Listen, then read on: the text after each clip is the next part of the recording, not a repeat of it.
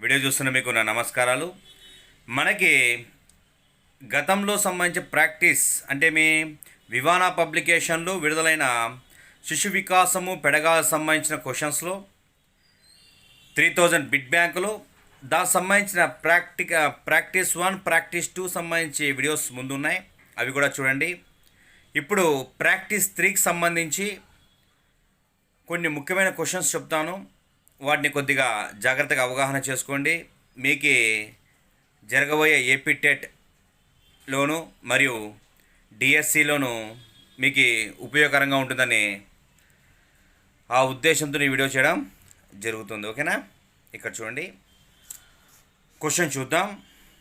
ఓకేనా, first question తీసుకుంటే మనకి రాజు అనే విద్యార్థి నైతిక వికాసంలో భాగంగా మనం ఎవరిని బాధ పెట్టకూడదు, మోసం చేయకూడదు. ఇలా చేస్తే దేవుడు మనల్ని శిక్షిస్తాడు అని ఆ పిల్లవాడి రాజు యొక్క ఎథిక్స్ ఉన్నాయి. అయితే అకార్డింగ్ టు కోల్బర్గ్ ప్రకారం, మోరల్ డెవలప్మెంట్స్ ప్రకారం ఇతడు ఏ దశలోనూ ఏ స్థాయిలో ఉన్నాడనే క్వశ్చన్ ఫామ్ అయింది. ఓకేనా, దాన్ని కరెక్ట్గా చూస్ చేసుకుందాం. ఆప్షన్ ఏ, ఇక్కడ 1వ దశ 3వ దశ అని ఇచ్చాం. సెకండ్ ఆప్షన్ 1వ దశ 1వ స్థాయి ఇచ్చాం. 3 4వ దశ 2వ స్థాయి ఇచ్చాం. ఫోర్త్ ఆప్షన్ 5వ దశ 3వ స్థాయి ఇచ్చాం. ఓకేనా, జనరల్గా ఈజీ క్వశ్చనే, దాదాపు మీరు ఆన్సర్ చేయగలరని నేను అనుకుంటున్నాను. ఓకే, చూడండి, పాస్ చేయండి, ఆన్సర్ చేసే ప్రయత్నం చేయండి. 50 సెకండ్స్లో ఆన్సర్ చేసే విధంగానే ప్రాక్టీస్ చేయండి.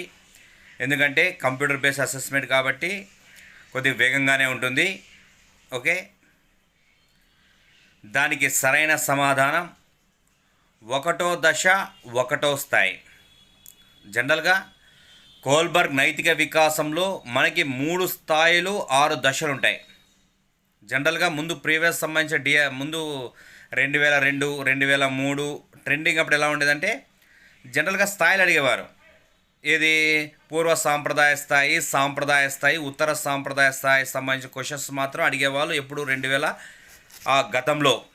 తర్వాత ఏం చేశారు, దాన్ని కొద్దిగా ట్రెండ్ మార్చి ఏం చేశారు, ఇప్పుడు దశలు ఇవ్వడం మొదలుపెట్టారు. అంటే మీ సంతోష సాధనోపాయ దశ అని, అంటే మీ ఫస్ట్ వన్ విధేయత శిక్ష దశ అని, 2వది సంతోష సాధనోపాయ దశ అని, 3వది మంచి బాలిక దశ అని, 4 అధికారిత దశ అని, 5th వన్ ప్రజాస్వామ్యం ఆమోదించిన నీతి చట్టమని, 6వది అంతరాత్మ దశ అని ఇలా డివైడ్ చేశారు. అయితే అది 2008 డిఎస్సి వరకు 2012 డిఎస్సి వరకు ట్రెండ్ బాగానే జరిగేది. ఆ క్వశ్చన్స్ ఆ విధంగానే అడిగేవాళ్ళు. తర్వాత ఏం జరిగింది, న్యూ ట్రెండ్కి వచ్చే లోపల ఈ స్థాయిలు దశలు తీసేశాడు. ఊరికే రోమన్ అంకెల్లో ఇవ్వడం మొదలుపెట్టాడు. అంటే మనకి సంబంధించిన బేసిక్ ఫండమెంటల్స్ మనకి ఐడియా ఉంటేనే మనకి ఐడియా వస్తుంది, లేకపోతే ఐడియా రాదు. 2వ దశ అనేస్తాం. 2వ దశ అంటేనే సంతోష సాధనోపదశని మనకి ఐడియా ఉండాలి. 6వ దశ అనేస్తాం, అది అంతరాత్మ దశ అని మనకి నాలెడ్జ్ ఉండాలి. అది ప్రస్తుతం ఇప్పుడు జరుగుతున్న ట్రెండింగ్. ఓకేనా, ఓకే ఎక్కువ శాతం అసిస్టెంట్ కానీ ఎగ్జిట్ కానీ క్వశ్చన్స్ ఇలాగే ఫామ్ చేస్తున్నారు. ఓకేనా, వాళ్ళకి లిబరల్ వీళ్ళకి టఫ్ అనేది ఏం లేదు. మనకి టఫ్ ఎప్పుడు అనిపిస్తుందంటే ఎప్పుడైనా క్వశ్చన్ మనం విన్నప్పుడు చూడనప్పుడు క్వశ్చన్ టఫ్గానే అనిపిస్తుంది. కాబట్టి ఒకసారి చదివినా ఒకసారి విన్నా కూడా మనకి ఎగ్జామినేషన్లో ఆప్షన్స్ ఉంటాయి. కాబట్టి దాదాపుగా ఆన్సర్ చేసేకి మీరు సంసిద్ధంగా ఉంటారు, ఇబ్బంది ఏం లేదు. ఓకేనా, నెక్స్ట్ క్వశ్చన్కి వెళ్దాం. సింపుల్ క్వశ్చన్, ఒక విద్యా సంవత్సరంలో 6 నుండి 8వ తరగతి వరకు కనీస పని దినాలు మరియు కనీస పని గంటలు ఎన్ని ఉండాలనేది క్వశ్చన్. సింపుల్ క్వశ్చనే, దాదాపు ఛాన్సులు అడిగారు ఈ క్వశ్చన్ని. దీనికి ఆప్షన్స్ వచ్చి ఏ 200 పని దినాలు 800 పని గంటలు అన్నాం మినిమం. బి 220 కనీస పని దినాలు 800 అవర్స్ అని తీసుకుంటున్నాం. 3 ఆప్షన్ 230 1000 అవర్స్ అని తీసుకుంటున్నాం. 4th ఆప్షన్ 220 1000 అవర్స్ అని తీసుకుంటున్నాం. దీనికి సరైన సమాధానం ఆలోచించండి. ఓకే స్టూడెంట్స్, ఇక్కడ తీసుకుంటే దీనికి సరైన సమాధానం వచ్చి 4th one is correct answer. 4th one is correct answer. 220 days working days, ప్రతి విద్యా సంవత్సరం 220 డేస్ వర్కింగ్ డేస్ ఉంటాయి. 1000 అవర్స్ ఉంటాయి, టీచింగ్ అవర్స్ ఉంటాయి. ఇక్కడ తీసుకుంటే ప్రైమరీ లెవెల్ 1 to 5th తీసుకుంటే జనరల్గా ఎలిమెంటరీ విద్య అంటే 1 నుంచి 8వ తరగతి వరకు ఎలిమెంటరీ విద్య వెరీ వెరీ ఇంపార్టెంట్. ఎలిమెంటరీ విద్య అంటే మేము 1వ తరగతి నుంచి 8వ తరగతి వరకు ఎలిమెంటరీ విద్య అంటాం. అయితే మన దాంట్లో ప్రాథమిక విద్య అంటే మేము 1వ తరగతి 5వ తరగతి వరకు చెప్పే ప్రాసెస్లో మనకి వర్కింగ్ డేస్ వచ్చి 200 డేసే, పని గంటలు 800, పని గంటలు 800. మనకి 6, 8 వస్తేనే 220 డేస్ వర్కింగ్ డేస్ వస్తాయి, 1000 టీచింగ్ సంబంధించిన అవర్స్ వస్తాయి. ఈ రెండు చాలా చాలా ఇంపార్టెంట్, చాలాసార్లు ఎగ్జామినేషన్కి అడిగారు. ఓకేనా. జనరల్గా ఎలిమెంటరీ అంటే ఏమి, ఎలిమెంటరీ ఎడ్యుకేషన్ అంటే 1 నుంచి 8వ తరగతి వరకు మాత్రం ఎలిమెంటరీ. 9th క్లాస్ గురించి పట్టించుకోరు, 10th క్లాస్ గురించి పట్టించుకోరు. ఎందుకంటే అది వాళ్ళకి 6 నుంచి 14 సంవత్సరాల వరకు మాత్రమే బాల్ అనే ఒక ప్రయారిటీ తీసుకోవడం వల్ల విద్యా హక్కు చట్టం ప్రకారం అలా ప్రాసెస్ జరుగుతూ ఉంది. ఓకేనా. అయితే ఎన్ఈపి 2020లో మార్పు జరిగింది, అది ముందు వీడియోలో మీకు చెప్పాను. ఓకేనా. అంటే మేము 3 నుంచి 18 సంవత్సరాలకు బాల్గా ఎన్ఈపి 2020 చెప్తుంది. ఓకేనా. కస్తూరి రంగన్ యొక్క సిఫార్సు ప్రకారం దాని ప్రకారమే జరుగుతుంది. ఓకేనా. కస్తూరి రంగన్ అనే వ్యక్తి ఎన్ఈపి 2020కి సంబంధించిన చైర్మన్. ఓకేనా. అది మీకు ఈజీ తెలిసి ఉంటుంది. ఓకే, నెక్స్ట్ క్వశ్చన్ చూద్దాం స్టూడెంట్స్. ఓకే, ఈ క్రింది వాటిలో అసత్యం వాక్యం అంటే రాంగ్ స్టేట్మెంట్ ఒకటి ఉంది, దాన్ని మీరు గుర్తించాలా. రాంగ్ స్టేట్మెంట్ ఒకటి ఉంది. ఓకే, ప్రజ్ఞ అనేది బహుముఖ సామర్థ్యం కలిగి ఉంటుంది. ఇది వైయక్తిక భేదాలకు సంబంధించిన క్వశ్చన్. ప్రజ్ఞ అనేది బహుముఖ సామర్థ్యాన్ని కలిగి ఉంటుంది, ఫస్ట్ ఆప్షన్. రెండో ఆప్షన్, ప్రజ్ఞను ప్రజ్ఞా పరీక్షల ద్వారా పూర్తిగా కొలవలేం, ఇది రెండోది. ప్రజ్ఞ అనేది జ్ఞానం కాదు. ఓకే, ప్రజ్ఞను ప్రజ్ఞా పరీక్షలు సంపూర్ణంగా కొలుస్తాయి. దీంట్లో ఒక్కటి మాత్రమే రాంగ్ స్టేట్మెంట్ ఉంది. ఓకే, సో రాంగ్ స్టేట్మెంట్ అనేది ఉంది. రాంగ్ స్టేట్మెంట్ని మీరు ఐడెంటిఫికేషన్ చేయాల్సి ఉంటుంది. రాంగ్ స్టేట్మెంట్ ఒకటి ఉంది. దానికి సరైన సమాధానం చూడండి. ఎప్పుడూ కూడా ప్రజ్ఞ అనేది ప్రజ్ఞా పరీక్షల ద్వారా సంపూర్ణంగా అసెస్మెంట్ చేయలేము, అది పూర్తి స్థాయిలో ప్రామాణికంగా తీసుకోలేము. ప్రజ్ఞా పరీక్షల ద్వారా ప్రజ్ఞను సంపూర్ణంగా అసెస్మెంట్ చేయలేము, అదే రాంగ్ స్టేట్మెంట్. మిగతావన్నీ కరెక్టే. ప్రజ్ఞ ఎప్పుడు జ్ఞానం కాదు, ప్రజ్ఞ ఎప్పుడు క్రియేటివిటీ కాదు, ప్రజ్ఞ ఎప్పుడూ కూడా ఇంట్రెస్ట్ కాదు, ప్రజ్ఞ ఎప్పుడూ స్థిరంగా ఉండదు. ప్రజ్ఞ అనేది జనరల్గా 21 ఇయర్స్కి ఆగిపోతుందని కొందరు శాస్త్రవేత్త అంటే మేము బినే టెర్మ్ అనే యొక్క సిఫార్సు ప్రకారం 21కి ఆగిపోతుందని కొందరు శాస్త్రవేత్తలు సిఫార్సు చేశారు. ప్రజ్ఞ అంటే మీ మన అచ్చు తెలుగులో తెలివితేటలు అంటాం, అంతే. దానికి సంబంధించి కొన్ని ప్రజ్ఞా పరీక్షలు కూడా ఉన్నాయి, వెరీ వెరీ ఇంపార్టెంట్. దానికి సంబంధించిన సింపుల్ మెథడ్లో మీకు వీడియో అంటే జనరల్గా నేను క్లాస్ చెప్పేటప్పుడు స్టూడెంట్స్కి బాగా ఈజీ మెథడ్లో ఉంటుంది. వీడియోస్ కూడా చేశాను, అవి కూడా అప్లోడ్ చేస్తాను. దాదాపు ఆ ప్రజ్ఞా పరీక్షలు చాలా ఈజీ మెథడ్లో ఈజీ టెక్నిక్ ద్వారా విషయాన్ని చెప్పడం జరిగింది. దాదాపు నేను వెళ్ళే ఇన్స్టిట్యూట్స్లో చాలా వరకు ప్రజ్ఞా పరీక్షకు సంబంధించి ఈజీగా ఆన్సర్ చేయగలరు. ఆ వీడియో కూడా మీకు నేను అప్లోడ్ చేస్తాను, ఒకసారి చూడండి. ఓకేనా. ప్రజ్ఞా పరీక్షలు చాలా చాలా ఇంపార్టెంట్. ఆర్మీ ఆల్ఫా పరీక్ష, ఆర్మీ బీటా పరీక్ష, జనరల్ క్లాసిఫికేషన్ పరీక్షలు, సైమన్ బినే పరీక్షలు, స్టాన్ఫర్డ్ బినే ప్రజ్ఞా పరీక్షలు, వెస్టర్ శాబ్దిక్ పరీక్షలు, వెస్టర్ నిష్పాదన పరీక్షలు, పిట్నర్ పార్ట్స్ ప్రజ్ఞా పరీక్షలు, ఓటర్స్ గాస్ ప్రజ్ఞా పరీక్షలు చాలా ఉన్నాయి. అవన్నీ ఈజీ మెథడ్లో ఉన్నాయి, ఈజీ మెథడ్లో మనం ఆన్సర్ చేసే విధంగా ఉన్నాయి, ఈజీ టెక్నిక్ ద్వారా ఉన్నాయి. ఆ వీడియోని కూడా అప్లోడ్ చేస్తాను. అవి కూడా ప్రజ్ఞా పరీక్షలు బాగా మీరు అవగాహన చేసుకోండి స్టూడెంట్స్. ఓకేనా? ఓకే, నెక్స్ట్ క్వశ్చన్కి వెళ్దాం. చాలా సింపుల్ క్వశ్చన్, ఇంక్లూజివ్ ఎడ్యుకేషన్ సంబంధించిన క్వశ్చన్. ఇంక్లూజివ్ ఎడ్యుకేషన్ సంబంధించిన క్వశ్చన్. సహిత విద్య ఏ సూత్రంపై ఆధారపడుతుంది? సహిత విద్య అనేది ఏ సూత్రంపై ఆధారపడుతుంది? ఆప్షన్ ఏ సామాజిక సంస్థల మీద, సామాజిక సమానత,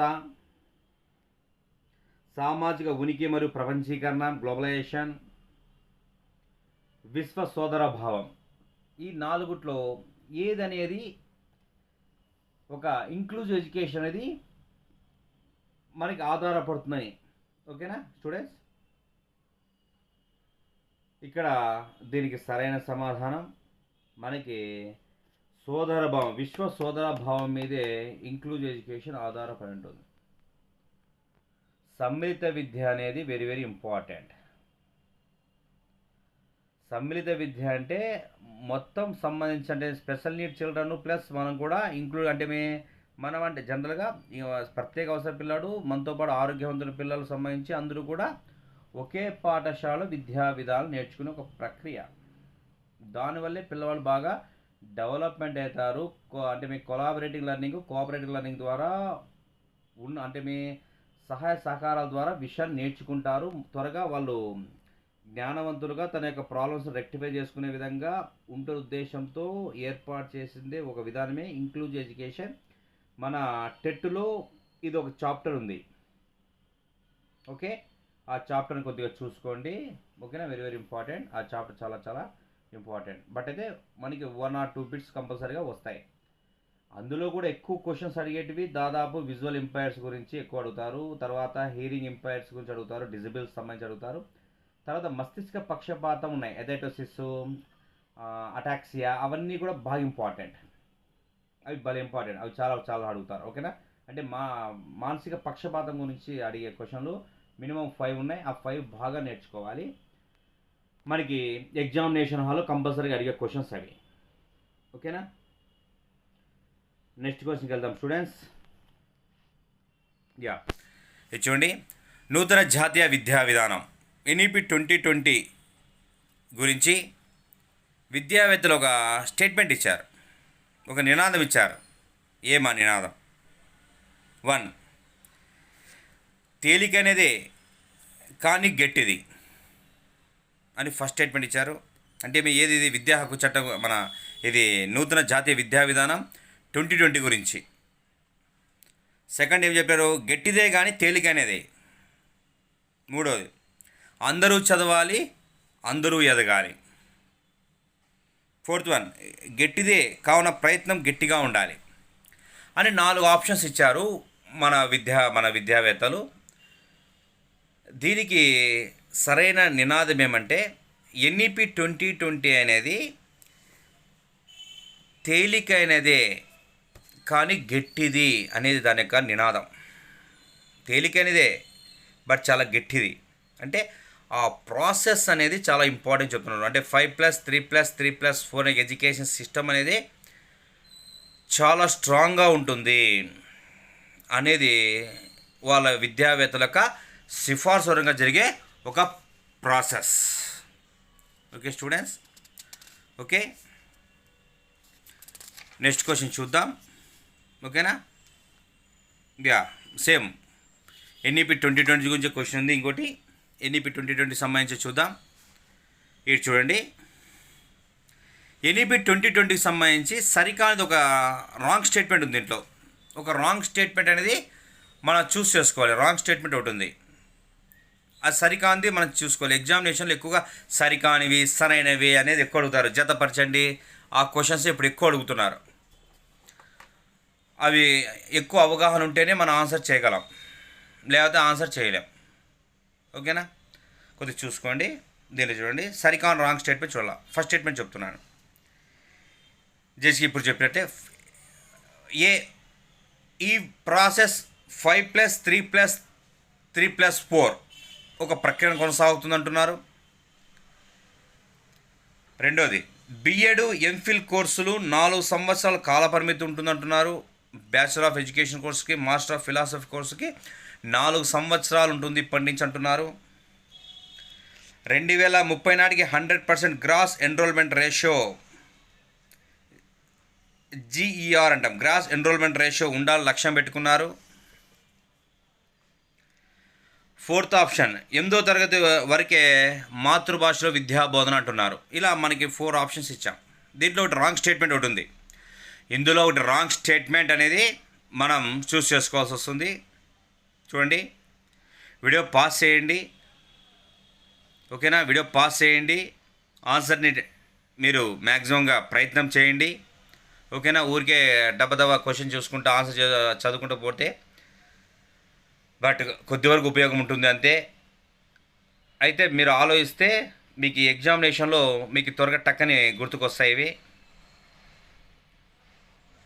దీంట్లో రాంగ్ స్టేట్మెంట్ ఏదంటే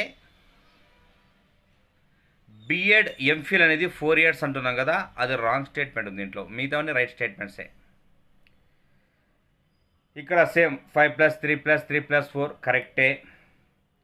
2030 నాటికి 100% గ్రాస్ ఎన్రోల్మెంట్ రేషియో, ఇది కరెక్టే. అంటే మీ బడి బయట పిల్లలు ఉండకూడదు, 100% పాఠశాలలో ఉండాలి.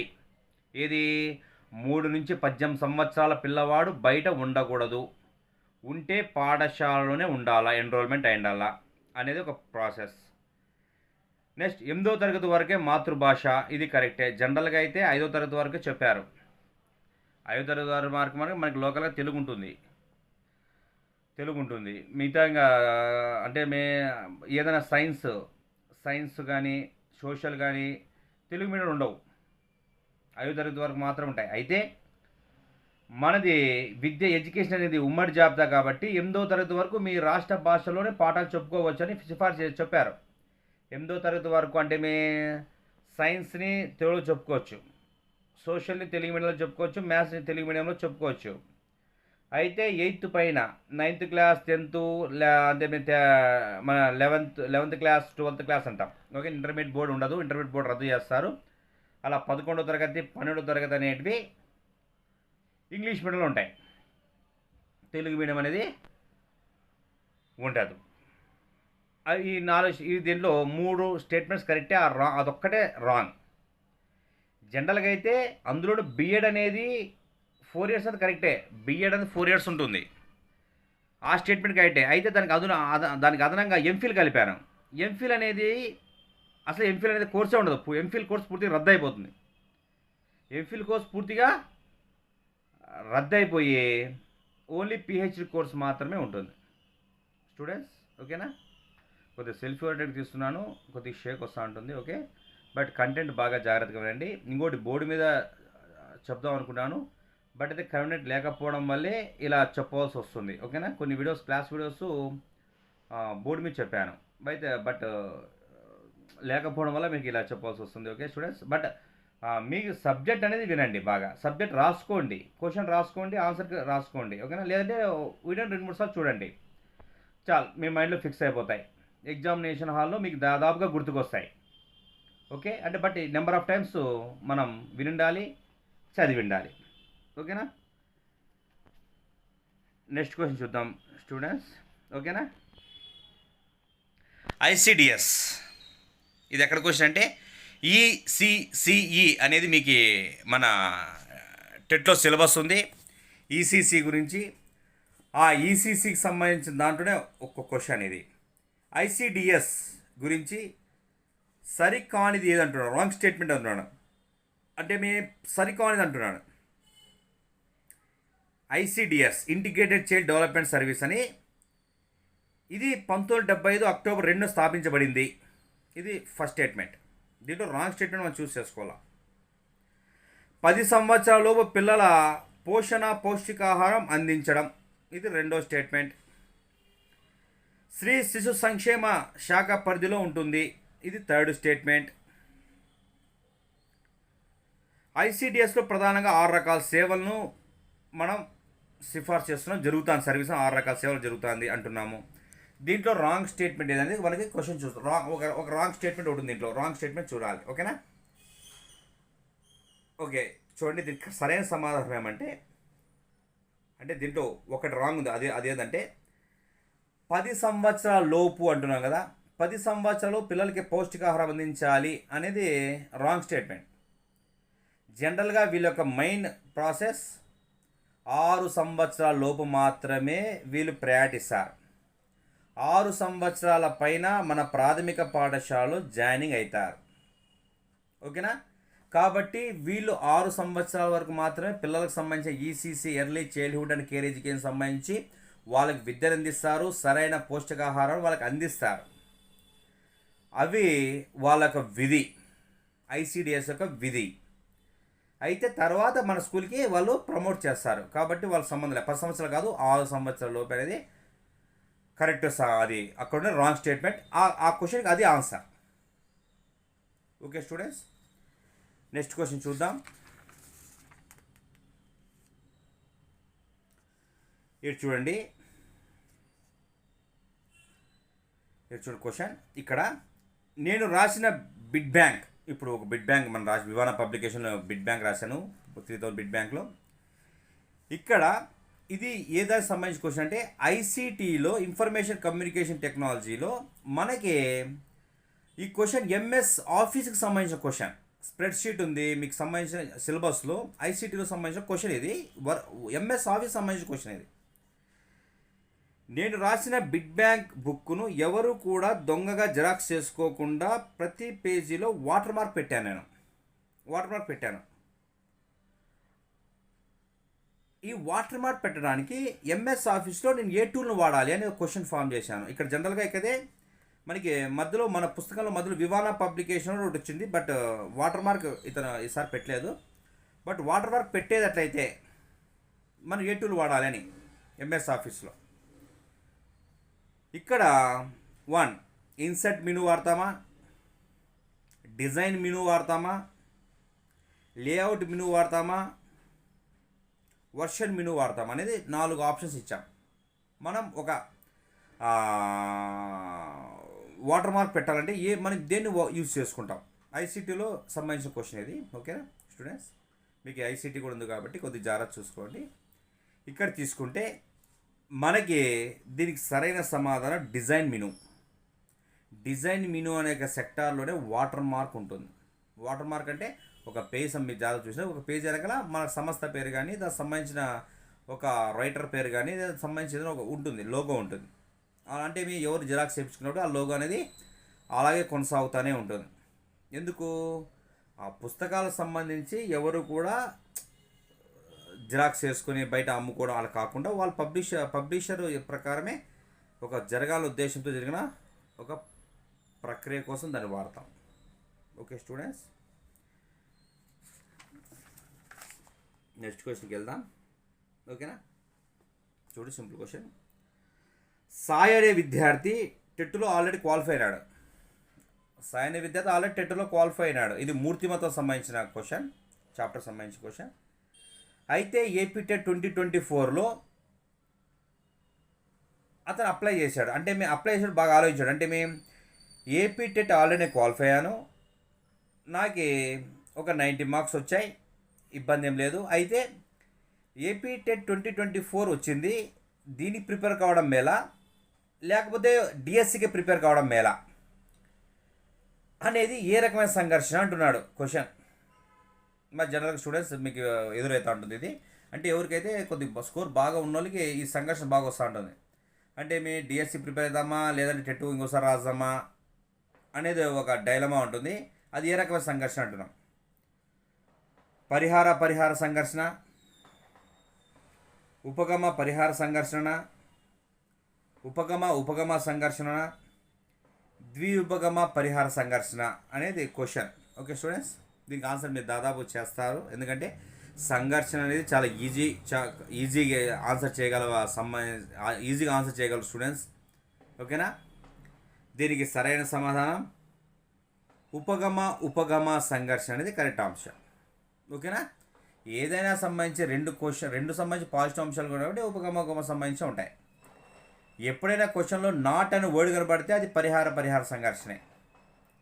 ఓకేనా? ఆ సంఘర్షణ సంబంధించి కూడా మీరు దాదాపు బాగా నేర్చుకోండి. సంఘర్షణ very very important. Okay students, last question చూద్దాం. ఓకేనా? ఈ క్రింది వాటిలో సరిగా జతపరచని సిద్ధాంతం. ఒకటి రాంగ్ అనేది స్టేట్మెంట్ అనేది ఉంటుంది, సిద్ధాంతాలు జతపరచిన దాంట్లో రాంగ్ స్టేట్మెంట్ ఉంటుంది. అందులో 1 చూద్దాం. పరికరాత్మక సిద్ధాంతంనే కార్యసాధన అభ్యసన సిద్ధాంతం అంటారా? నిర్గమాల సిద్ధాంతాన్నే శాస్త్ర అభ్యసన సిద్ధాంతం అంటారా? వికార్య సిద్ధాంతాన్నే పరిశీలన అభ్యసన సిద్ధాంతం అంటారా? ట్రాన్స్పోజిషన్ సిద్ధాంతాన్నే ఆవిష్కరణ అభ్యసన సిద్ధాంతం అంటారా అనేది మనకు 4 ఇచ్చారు. దీంట్లో ఒక్కటి మాత్రం రాంగ్, ఒకటి మాత్రమే రాంగ్ ఉంది. ఆ రాంగ్ అనేది మనం చూస్ చేసుకోవాల్సి వస్తుంది. ఓకేనా? రాంగ్. మ్యాక్సిమం హెడ్ఫోన్స్ పెట్టి వినేకే ప్రయత్నం చేయండి. ఓకేనా? హెడ్ఫోన్స్ పెట్టుకుని వినేకే ప్రయత్నం చేయండి. క్వశ్చన్ రాసుకోపోయినా లేదంటే బుక్ కొనండి. బుక్ కొంటే దాంట్లో 3000 సంబంధించిన బిడ్ బ్యాంక్ ఉంది. జనరల్గా ద బుక్ ప్రైస్ 249. మీ యొక్క ప్రాంతంలో బుక్ని మీకు చాలా డిస్కౌంట్తోనే బుక్ మీకు అందుతుంది, పెద్ద కాస్ట్ పడదు. కాబట్టి బుక్ని కొనండి, కంపల్సరీగా కొనండి. మీ ఫ్రెండ్స్ కూడా కంపల్సరీ సిఫార్సు చేయండి. ఎందుకంటే మనకి టెట్ అనేది, డిఎస్సి అనేది చాలా కీలకమైన సంబంధించిన ఎగ్జామినేషన్. మనం అత్యున్నత స్థాయికి ఎదగడానికి, సమాజంలో మంచి స్టేటస్ రావడానికి, ఆర్థికంగా స్థిరపడడానికి, మన అంటే పిల్లల్ని మంచి వృద్ధి డెవలప్మెంట్ చేయడానికి మనకి ఇచ్చే అత్యంత కీలకం, అంటే ప్రభుత్వం ఇచ్చే ఒక మంచి అద్భుతమైన అవకాశం అది. ఆ అవకాశం అనేది మనకి ఉపాధ్యాయుని వల్ల కానీ పుస్తకాల ద్వారా కానీ మీకు అందుతుంది. ఆ జ్ఞానం అయితే మనం ఎగ్జామినేషన్లో మనం సక్సెస్ కావచ్చు. మనం ఏ జ్ఞానం మనము అంటే మీ ఇన్వెస్ట్మెంట్ అనేది వెరీ వెరీ ఇంపార్టెంట్. ఇన్వెస్ట్మెంట్ చేస్తేనే మనకి ప్రాఫిట్ వస్తుంది, అది ఏదైనా సరే.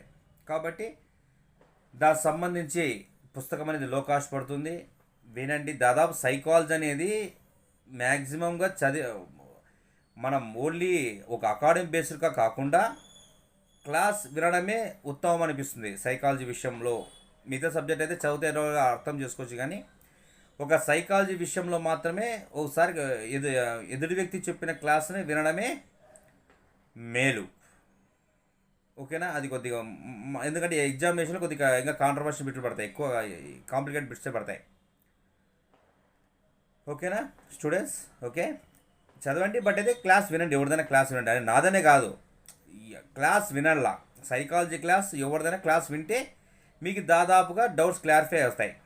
ఓకే స్టూడెంట్స్, దీనికి సరైన సమాధానం ఏదంటే, ఇక్కడ రాంగ్ స్టేట్మెంట్ ఏదని చెప్తే ట్రాన్స్పోజిషన్ సిద్ధాంతం ఉంది కదండి. ట్రాన్స్పోజిషన్ సిద్ధాంతం అనేది అది ఆవిష్కరణ సిద్ధాంతం కాదు. మీతోని కరెక్టే. ఇక్కడ తీసుకుంటే ట్రాన్స్పోజిషన్ సిద్ధాంతం ఏదంటే ఇన్సైట్ లెర్నింగ్ థియరీ, అది కరెక్ట్ ఆన్సర్. ఇక్కడ తీసుకుంటే పరికరాత్మక అభ్యసన సిద్ధాంతం అన్నా కార్యసాధన అభ్యసన సిద్ధాంతం అన్నా ఈక్వలే. ఇన్స్ట్రుమెంటల్ లెర్నింగ్ థియరీ, ఇది కరెక్ట్. ఇంకా చాలా పేర్లు ఉన్నాయి, జనరల్గా క్లాస్లో చెప్తాను నేను. అవి దాదాపు ఒక్కొక్క సిద్ధాంతానికి మినిమంగా 13 పేర్లు ఉన్నాయి అదనంగా. అది బుక్ రిలీజ్ అవుతుంది, ఆ బుక్లో వస్తాయి. బుక్ వివాన పబ్లికేషన్లోనే విడుదలవుతుంది పుస్తకం. డిఎస్సికి 3 చాప్టర్లు ఉంటాయి, అసిస్టెంట్కి 3 చాప్టర్లు రిలీజ్ అవుతాయి. కొద్ది డెప్త్గానే ఇస్తాను, ఎందుకంటే ప్రతి బిట్ ఇంపార్టెంట్ కాబట్టి బాగా డెప్త్గానే ఉంటుంది. ఆ 3 చాప్టర్ డెప్త్గానే ఇస్తాను, బిట్ అడిగే మనకి మిస్ కాకుండా.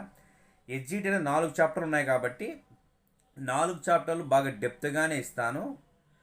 మ్యాక్సిమం బిట్ మిస్ కాకుండా ఉద్దేశంతోనే ఇస్తాను. పేస్ ఎక్కువ ఉన్నా పర్వాలేదు, బుక్ బాగా స్టాండర్డ్గా ఇద్దామని ఒక ఆలోచనతో జరుగుతుంది, ప్రక్రియ జరుగుతుంది ప్రజెంట్ అయితే. ఓకే, వెకారియస్ పరిశీలన అభ్యసన సిద్ధాంతం కరెక్టే అది వర్డ్. అది ఎందుకంటే వెకారియస్ జనరల్గా పరిశీలన అభ్యసన సిద్ధాంతం అంటే లెర్నింగ్ బై అబ్జర్వేషన్ అంటాం, లెర్నింగ్ బై ఇమిటేషన్ అంటాం, లెర్నింగ్ బై మోడలింగ్ అంటాం, లెర్నింగ్ బై ఇంటర్లేషన్ అంటాం, లెర్నింగ్ బై రిలేషన్ అంటాం.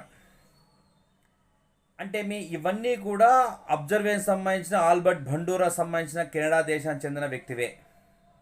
ఓకేనా?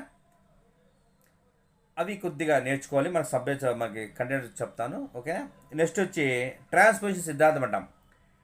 ట్రాన్స్పోజిషన్ సిద్ధాంతమైన గెస్టాల్ట్ అభ్యసన సిద్ధాంతమైన దీన్నే ప్రత్యక్ష వ్యవస్థీకరణ అభ్యసన సిద్ధాంతమైన ఒకటే. దీన్నే సమగ్రాకృత అభ్యసన సిద్ధాంతం అంటాం. దీన్నే హోలిస్టికల్ అభ్యసన సిద్ధాంతం అంటాం. ఈ సిద్ధాంతాన్ని ప్రాజెక్ట్ పద్ధతికి, సమస్య పరిష్కార పద్ధతికి, ఆవిష్కరణ పద్ధతికి ఆధారభూత అభ్యసన సిద్ధాంతం ఇదే. ఇది మన గెస్టాల్ట్ అభ్యసన సిద్ధాంతమే. వర్ధిమన్, కోహిలర్, కోఫ్కా సంబంధించిన సిద్ధాంతమే. దీనే సంజ్ఞానాత్మక సిద్ధాంతాలు అంటాం. ఎక్కువసార్లు ఆప్షన్లు ఇదే ఇస్తారు, లేదా సంబంధాల సిద్ధాంతం అని కూడా ఇస్తారు ఎక్కువ ఆప్షన్స్లో. ఓకేనా. ఓకే, ఇది చాలా ఇంపార్టెంట్. ఓకేనా. సంశ్లేషణాత్మక సిద్ధాంతం అని దీన్నే అంటాం. చాలా సిద్ధాంతాలు దాని పేర్లు ఉంటాయి. ఆ సినాకు సంబంధించిన పేర్లు కూడా మనం గుర్తుపెట్టుకోవాల్సి వస్తుంది స్టూడెంట్స్. ఎందుకంటే అవి గుర్తుపెట్టుకోవడం వల్ల మనకి ఎగ్జామినేషన్లో ఎలా ఇచ్చినా కూడా మనం ఆన్సర్ చేయగలం. ఎప్పుడైనా చూడండి, ఎగ్జామినేషన్ హాల్లో ప్రశ్నలు ఎప్పుడైనా సరే ప్రత్యక్ష వ్యవస్థీకరణ అనే పదం కనపడింది అనుకోండి, మీకు ఎగ్జామినేషన్ హాల్లో ప్రత్యక్ష వ్యవస్థీకరణ పదం కనపడితే అది కరెక్ట్గా గెస్టాల్ట్ సిద్ధాంతమే, ఇంక వేరేది ఏంది ఉండదు. ఎగ్జామినేషన్ హాల్లో సంబంధాలనే పదం కనపడిందా, అది కూడా గెస్టాల్ట్ సిద్ధాంతమే. మొత్తము సమగ్రమైన పదాలు కనపడినా గెస్టాల్ట్ సిద్ధాంతమే కరెక్ట్ ఆన్సర్. వేరేదేమి ఆప్షన్ ఆలోచించే పని లేదు. Okay students. ఓకే, నెక్స్ట్ సంబంధించిన ప్రాక్టికల్స్ 4 సంబంధించిన క్వశ్చన్స్కి వెళ్తాను. ఓకే, ప్రస్తుతం వీటిని బాగా అవగాహన చేసుకోండి. Okay students, all the best, have a nice day. Okay, ఇట్లు మీ తమ్మినేని రవికుమార్.